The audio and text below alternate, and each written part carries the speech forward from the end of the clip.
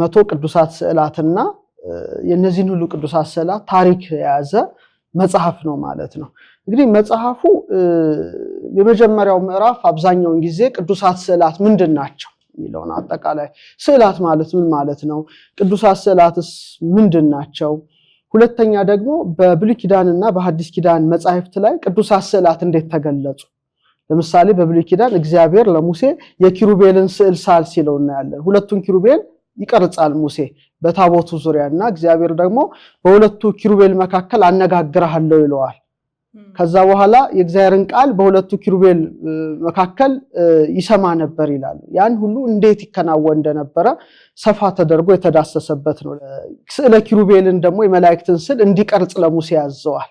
ሙሴም ያንን እንዴት ይፈጽም እንደነበረ በኋላ ደግሞ ሰሎሞን ቤተ መቅደስን በሰራ ጊዜ እንዴት አድርጎ በኪሩቤል ስዕል፣ በዘንባባ ስዕል፣ በአበባ ስዕል ቤተ መቅደሱን እንዴት አድርጎ እንዳስጌጠው የሙሴን ነው የተከተለው። ሙሴ በታቦቱ ዙሪያ ብቻ ሳይሆን በቤተ መቅደሱ በር ብቻ ሳይሆን በአስሩ የቤተ መቅደስ መጋረጃዎች በሙሉ የኪሩቤልን ስዕል አስሎ እንደነበር መጽሐፍ ቅዱስ ይናገራልና እግዚአብሔር ደግሞ ሰሎሞን ያንን ያስቀጠለውን ሰሎሞን በጣም በስራው ተደስቶ ዓይኔና ልቤ ዘወትር በዚያ ይኖራሉ እንዴት እንዳለው በመጽሐፍ ቅዱስ ላይ የተገለጡትን እውነታዎችን ነው በዝርዝር የሚይዘው።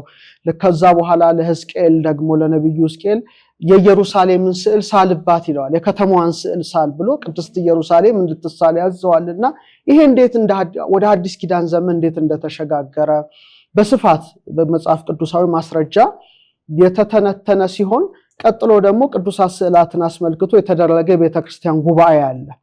ያ ጉባኤ ምን እንዳሰሰ ክርክሮች ነበሩ። ቅዱሳት ስዕላትን አስመልክተውና ምን ይመስል እንደነበረ ታሪካዊ ዳሰሳውን ተዳስሷል። ታሪክን ካነሳን ግን በጥንት ካታኮምብ ይባላል። በተለይ መጀመሪያው ክፍለ ዘመን ሁለተኛው ክፍለ ዘመን ላይ የነበሩ ክርስቲያኖች ሮም በሚገኘው ዋሻ ውስጥ ሆነው ብዙ ጥንታዊያት ስዕላትን ስለዋል እና እነዛ ስዕላት ሁሉ እንዴት ፓተርኑን ይዞ አሁን እስካለንበት ደረጃ እንደደረሰ ምዕራፍ 1 በሙሉ ከነሙሉ የመጽሐፍ ቅዱስ ማጣቀሻዎች ጋር በዝርዝር የዳሰስኩበት ነው። ምዕራፍ 2 ግን ሙሉ በሙሉ ድርሰቱን ያየሁበት ነው እና እዛ ውስጥ በጣም ሰፊ ነገሮች አሉ። ለምሳሌ ደራሲው ከሰማዕታት የቅዱስ ጊዮርጊስን ስዕል አንስቷል። ያንን ዳስሻለሁ። ከመላእክት ደግሞ የቅዱስ ሚካኤልን፣ የቅዱስ ገብርኤልን፣ የቅዱስ ሩፋኤልን ስዕላት አንስቷል። ሙሉ በሙሉ አንስቻቸዋለሁ። ከዛ በተረፈ ግን ያነሳው የጌታችንን ስዕልና የቅድስት ድንግል ማርያምን ስዕል ነው እና በጣም የሚገርመው ያነሳቸውን ስዕላት መነሻ በማድረግ ብዙ ነገር እንድጽፍ አድርጎኛል። እዚህ መጽሐፌ ላይ ለምሳሌ ንሳለማ ንዑ ለስዕለ ማርያም ቦርክት ወለስዕለ ወልዳ ጸባኦት ይላል። የተባረከች የቅድስት ድንግል ማርያምንና የጸባኦት የልጇን ስዕል እንሳለም ዘንድ ነው ይላል እና ስዕለ ጸባኦት የሚለው ፓንቶክራቶር የሚባል የጌታ ስዕል አለ። በጣም የሚገርም ስዕል ነው። ሲና ሙሴ ጽላት የተቀበለበት ስር ካትሪና ገዳም አለ፣ እዛ የሚገኝ ነው ፓንቶክራቶር እና በኢትዮጵያ ስዕለ ጸባኦት እንዴት እንዲተረጎም እንደነበረ በጣም ሰፊ የሆነ ታሪክ እዛ ላይ አንስቻለሁ እና ዮሐንስ ሮም ላይ እንዴት አድርጎ የጌታን የመጀመሪያ የስቅለቱን ስዕል እንደሳለው ከዛ ስዕሉን እንዴት እንደሳመው ከስዕሉ ምን አይነት መልእክት እንደተላለፈ ያ ሁሉ ደራሲው ስላነሳው የክርስቶስን ስዕል አስመልክቼ ያንን የዳሰስኩበት ነው። ሌላው ዘኢተገብሩ በእደሰብ በሰው እጅ ያልተሰሩ የሚባሉ ስዕላት አሉ። ማለትም ሰዓሊ ሲስል ብሩሽ አለው፣ ሰሌዳ አለው፣ ቀለም አለው። ቀለም ሳይኖር ብሩሽ ሳይኖር ሰዓሊ ሳይኖር የተሳሉ ስዕላት ሜድ ዊዛውት ሃንድስ የሚባሉ አሉ በአይኮኖግራፊ ትምህርት። እነዚህ ማለት በግብር አምላካዊ በአምላካዊ ምስጢር ተስለው የተገኙ የጌታችን ስዕላት ናቸው። ሌላው ስድስተኛው ፍኖተ መስቀል ላይ የቬሮኒካ ቤተ ጸሎት አለ። ኢየሩሳሌም ስትሄጂ ጌታችን እስከ ቀራኒዮ ድረስ የወጣባቸው 14 ደረጃ ምዕራፎች አሉ። ያ እነዛ የመጀመሪያው ጲላጦስ አደባባይ ነው። ሄድሽ ከሆነ አላቅም ኢየሩሳሌም። ያ ሁለተኛው መስቀል የተሸከመበት ነው። ሶስተኛው መስቀሉን ተሸክሞ የወደቀበት ነው። አራተኛ ከቅድስት ድንግል ማርያም ጋር የተያዩበት ነው፣ እናትና ልጅ። እሱም በጣም አሳዛኝ ቦታ ነው። አምስተኛው ምዕራፍ እንደገና ወድቆ ስምዖን ቀሬናዊ መጥቶ እንዲይዘው ያደረጉበት ነው። ልክ ስድስተኛው ምዕራፍ ግን ኢየሩሳሌም ያው እንዳየሽው ቬሮኒካ መታ ሻሿን ሰታው አዝና ምንም ሳትፈራ ፊቱን ጠርጎ ሲሰጣት የሱ ፊት ሻሿ ላይ ታትሟል። ያ ራሱ ሜዱዛው ታንደስ ይባላልና ዛሬ ቬሮኒካ ኢየሩሳሌም ስትሄጂ ቤተ ጸሎቷን ሁላችንም ጎብኝተን እስከ ቀራኒዮ እስከ 14ኛው ምዕራፍ እስከ ጌቴሴማኒ ምንሄድበታል። እሱ ያው ሰፊ ታሪክ ነው። እሱ አንደኛው ነው። እሱ ለጢባሪዮስ ቄሳር ሰጥተዋለች። ስዕለ መግነዝ የሚባለው ሽራውድ ኦፍ ቱሪን። ሽራውድ ኦፍ ቱሪን ማለት ጌታ የተገነዘበት መግነዝ ነው። ጌታ የተገነዘበት መግነዝ አሁን ቱሪን ሮም የሚገኛል እና በምድር ላይ እንደሱ የተጠና ነገር የለም። 1500 ሳይንቲስቶች አጥንተውታል። በጣም ሰፊ ታሪክ ያለው ነው። በደሙ ነው ራሱ። ይሄ ችንካሩ ምልክት አለው፣ የሾህ አክሊል ምልክት አለው፣ የጎኑ ጋቱ ምልክት አለው። ያ በጣም እንደዚህ የተጠና ሳይንሳዊ እንኳን እንደዚህ ያልተጠናም ነው የሚባለው። በጣም ብዙ ሳይንቲስቶች ተሳትፈውበታል። ኢቭን ደሙ በደሙ ነው፣ የደሙ ነጠብጣብ ነው ያለው እዛ ላይ እና ፊቱ ይታያል እና ሲነበብ የሹዋ ይላል። የሹዋ ማለት በዕብራይስጥ ቋንቋ ኢየሱስ ማለት ነው። ኢየሱስ የግሪክ ቃል ነው።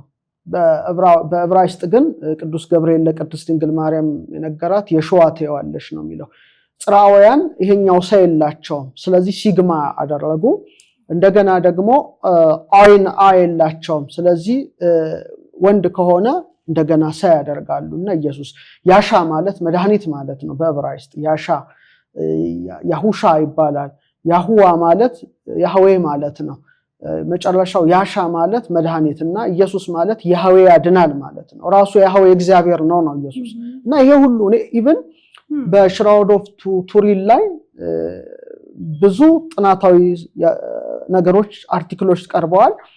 እኔ የሚያስደስተኝ የራሴን ኮንትሪቢዩሽን አድርጌያለሁ በዚህ ጌታ መግነዝ ላይ። በኢትዮጵያ፣ በሮም፣ በአንጾኪያ፣ በግብጽ ላሉ ስዕላቶችሽ ሰላምታ ይገባል ብሎ ኢትዮጵያዊ ሊቅ ጽፏል። በመላው ዓለም ያሉ እና በዚህ ጥናቴ በጣም አስገራሚ ነገር አገኘው። እኛ በኢትዮጵያ ኦርቶዶክስ ተዋሕዶ ቤተክርስቲያን ለምሳሌ ቅድስት ድንግል ማርያም ስዕል የሚከበረው መስከረም 10 ነው። ጼዴንያ ይባላል። ትልቅ ክብረ በዓል ነው እና በጥናቴ ውስጥ ምን አገኘው? 245 የቅድስት ድንግል ማርያም ስዕላት አገኘው ማለት ነው።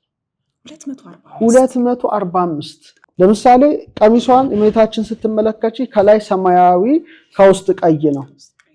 አሁን ለአንድ ሰው ዝም ብሎ ሰማያዊ ቀይ ላይ ይችላል፣ ግን አይደለም። ቀለሙ ዝም ብሎ የሚቀመጥ አይደለም። ለምሳሌ በእስራኤል ልማድ እናቶች ሰማያዊ መጎናጸፊያ ይጎናጸፋሉ። ደናግል ደግሞ ድንግል በሆኑበት ጊዜ ብቻ ቀይ ልብስ ነው የሚለብሱት። ልዩነታቸው በዚህ ነው። እናቶችና ደናግል በዚህ ይለያሉ። እሷ ግን ሁለቱንም እናትነትን ከድንግልና አስተባብራ ስለተገኘች ቀይ ከውስጥ ሰማያዊ መጎናጸፊያ። ከዛ እዚህ ጋር ከዋክብት ይደረጋሉ። እነዛ ከዋክብት 3 ናቸው። ግንባሯ ላይ ግራና ቀኝ ትከሻዋ ጌታን ከመውለዷ በፊት በወለደችውና ከወለደችው በኋላ ዘላለማዊት ድንግል መሆኗን ያመለክታል። ግንባሯ ላይ ራሱ ከዋክብቱ 8 ናቸው። 8 የህይወት ቁጥር ነው፣ የህይወት ቀመር ነው። ያ ሁሉ ምስጢር ነው። መርከቡ 8 ሆኖ ነው የተረፈው። ዳዊት 8ኛ ልጅ ነው። አብርሃም 8 ወልዷል። በ8ኛው ቀን ግዝረት የተሰጠው ነው።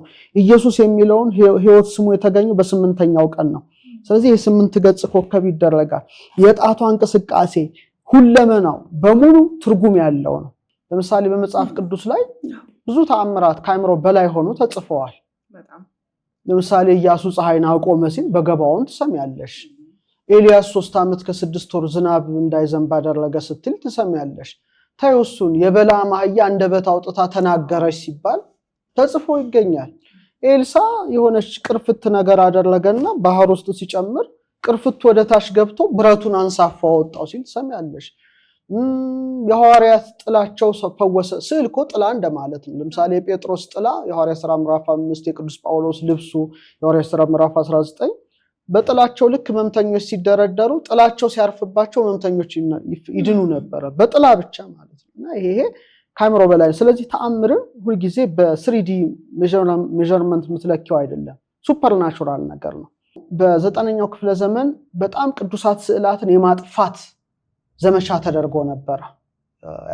ክላስት ኮንትሮቨርሲ ይባላል። ቴዎፍሎስ የሚባል ንጉስ ነበረው። ይሁዲ ጓደኞች፣ ክርስቲያናዊ ያልሆኑ ጓደኞች ነበሩት። የነሱን ዶክትሪን እሱ ላይ ጭነውበት ቅዱሳት ስዕላት ይጥፉ የሚል አዋጅ ታወጀ። በየመንደሩ በየቤቱ በየቦታው እየገቡ ቅዱሳት ስዕላትን ያቃጠሉበት ዘመን ነበር ያ ዘመን። እና አንዲት ደግ ሴት ኒቂያ ትኖር ነበር አሁን ቱርክ ላይ ማለት ነው። እና የእመቤታችን ስዕል ሉቃስ የሳላስ ስዕል አይነት የምትባል ናት። እዚህ ስዕል ቅጂ ቤቷ አድርጋ በሻማ ያበራች አክብራ ስትጸልይ ወታደሮች ድንገት ይገባሉ። በኋላ ሲያዩስ ቅዱሳት ስዕላት አጥፉ የሚል አዋጅ ታውጆባቸዋል። ጦሩን አንስቶ ለመቅደድ ስዕሏን ጉንጯን ይወጋል ነው ታሪኩ። ለምሳሌ የፖላንዷም ሌላ ታሪክ አላት። ጠይቅህ ነበር። እሱ የፖላንዷና ጥቁሯ እመቤት እሷ ጦረኞች መተው ነው በቀስት የመቷት ምልክት አለው። እቺ ግን እዚች ጋር ነው። እዚች ጋር እንደምታዩት እዚች ጋር ትታያለች። እዚች ጋር እንደዚህ ካገጯ ጀምሮ ይታያል። ጠቆር ያለች ስዕል ናት። እቺ ናት ዋናዋ ማለት ናት። እና ቅጇ አይደለችም። እቺ ስካን ያቺው ስዕል ያለችው ናት። እዛ ያለችው ፕሪንት ተደርጋ ማለት ነው። እዚህ ጋር አንዳንዶቹ ጉንጯ ላይም ይስሏታል። እቺ ደሟን ያደርጋሉ። እና ለዚህ ነው ደራሲው እዚህ ምን ይላል መሰለሽ እዚህ መጽሐፍ ላይ የዛሬ 500 ዓመት ማለት ኢትዮጵያዊ ሊቅ ሰላም ለስዕልኪ ቦ ጊዜ ዘትትናገር ወቦ ጊዜ ዘትክው ደም ተአምር። አንዳንድ ጊዜ የምትናገርና አንዳንድ ጊዜ ተአምር ደም ለምታወጣ ለስዕልሽ ሰላምታ ይገባል። ስለዚህ ስዕል ኢትዮጵያውያን አውቋል። የዛሬ 500 ዓመት አሁን ያለነው ነው ያላወቅነው። በየሆስፒታሉ ሄዳለች። ያልተዘዋወረችበት ሀገር የለም። ብዙ ህሙማን ጋር ትሄዳለች። ከዛ ይቀባሉ፣ ይድናሉ። በጣም ነው የሚገርም። ብዙ ተአምር ተደርጓል። በተለይ ስፍር ቁጥር የሌለው እንደው በሳይንስም በሳይንቲስቶችም ተጠንታለች። ምናልባት ዘይቱን እንጨቱ ፍሬም ውስጥ ከተውት ይሆን የሚል ማለት ነው። ያ ሁሉ ተጠንቷል። ግን ለምንሰል ይሄንንም ልጠይቅ ነበር። ምክንያቱም አንተም ሳይንቲስት ስለሆንክ ብዙ ጥያቄዎች ነው ብዙ በተለይ ማያሚ የሚኖር አንድ ሳይንቲስት እንጨቱን ራሱ ፍሬሙን ሲወስደው ጥድ እንጨት እንጂ ሌላ ምንም ነገር የለው ምንም። ለዚህ ነውና ብዙ ጥንት ይሄ ነገር የታወቀ ነው። በቤተ ክርስቲያን መጻሕፍት የተጻፈ ነው። ከዛ በኋላ በተለያዩ ሀገር ዞረች። አሜሪካ፣ ሰሜን አሜሪካ ሄዳለች፣ አውስትራሊያ ሄዳለች። እና ከዚህ በተለይ ደግሞ እዚህ ኮከቡ አካባቢ ነው የሚፈሰው እና የጌታ ቀኝ እጁ አካባቢ ላይ ከዛ ላይ ነው ዘይቱ ያለማቋረጥ ይፈስ የነበረው ማለት ነው። እና ይሄ እንግዲህ በጣም በጣም አስገራሚ ነው። የሚገርምሽ ብዙ ቢቆጠሩ ይቀዳል እኮ ከተሰጠ በኋላ እንደገና መፍሰስ ይጀምራል። አይቆምም ይቆም አልነበረም። በኋላ ብዙ ህሙማን ተፈወሱ፣ ያዘኑት ተጽናኑ፣ የተረበሹት ተረጋጉ፣ በክፉ መንፈስ ስርዓት የታሰሩት ሁሉ የተፈቱባት ናት። ይሄ እኮ ሞንትሪያል ላይ እኮ በቃ እስካሁን የሚነገር ማይቆም ነው።